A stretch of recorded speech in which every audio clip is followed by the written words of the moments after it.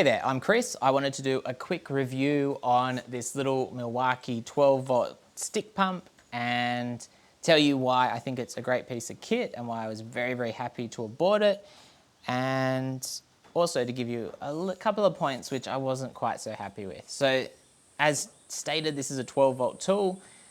There is, I think, an 18V version, which it makes sense if you're already on one of the ecosystems to buy the one that matches, and obviously the 18V is more powerful. This is a great little piece of kit that is obviously designed for a plumber to pump out little holes in the ground and, you know, do plumbing stuff. But as a gardener and someone who only has rainwater and has lots of little rainwater collection barrels all over the property, this is really useful for me because I can basically stick it in a barrel, fill up my watering cans, and go and water the plants that otherwise would not get any water at all.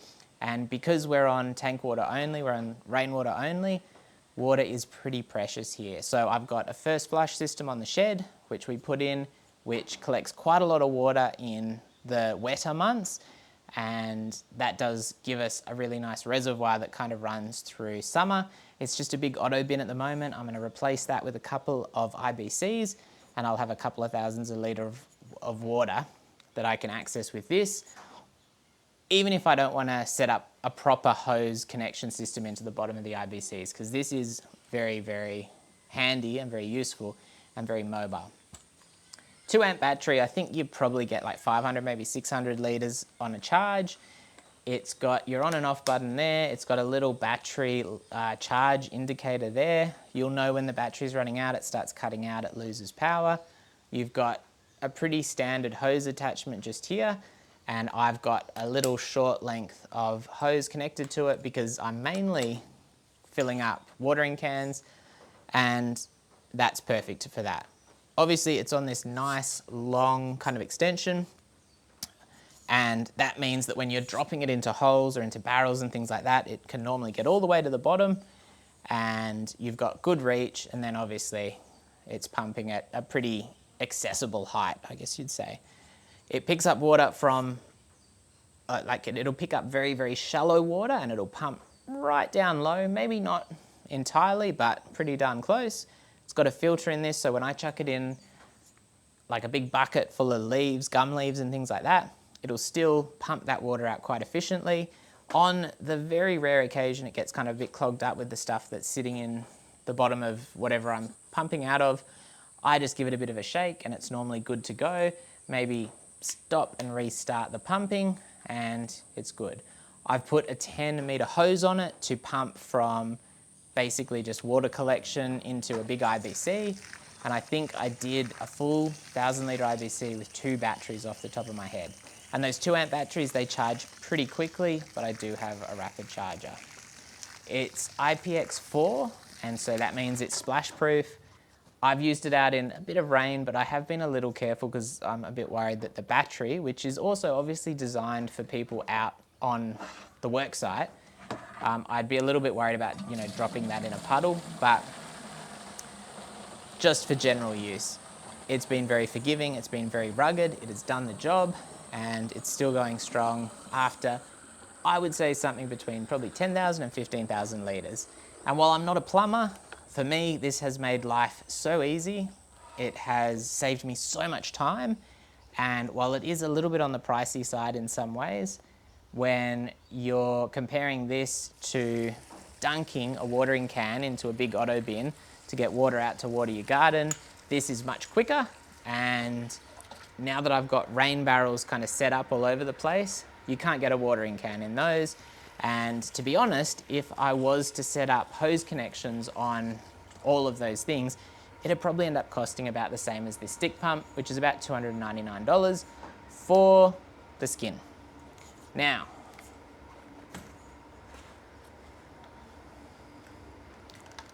I basically think I did a redemption kind of thing maybe. I just remember I bought the stick pump, I bought one of those sprayer backpacks thinking I might use it to water the garden. I never did.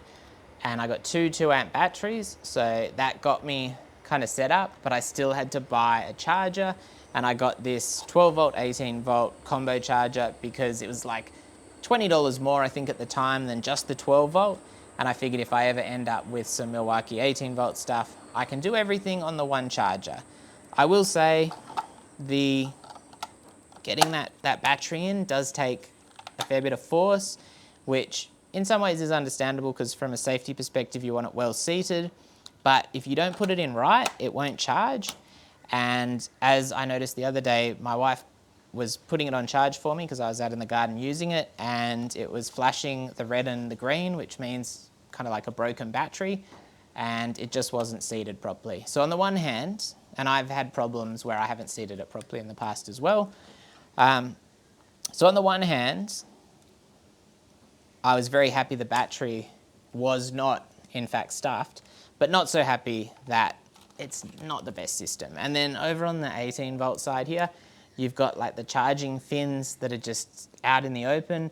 Now I'm assuming it wouldn't electrocute you and everything like that, but this is most certainly not the best of any of the charging systems that I've seen as far as kind of that ease of use and initial impressions. But part of that is probably because I did have to pay outright for it, and normally getting a battery and a charger free with a tool is the way to go. So I'd do that if I was you, but yeah, not so happy with that. Super happy with the batteries. I would prefer 3 amp over 2 amp, and super happy with that stick pump. I'd highly recommend it. It's not that I'm saying everyone should go out and buy one. That is very, very silly. But if you're a gardener who needs to transfer water, then it could be a lifesaver. Also, I will say, because it's only a small pump, if you're pumping way up a property, do not expect this little 12-volt pump to do it. I've pumped through a 10-metre hose on a fairly level ground. There was maybe a 1.5 metre rise from where I was pumping from to where I was pumping to, and it did that no problems. But with a 20-metre hose, I have noticed it does start to struggle a little bit, which it might have just been not the best conditions, but yeah, so there are limitations to this, but for me, it's perfect.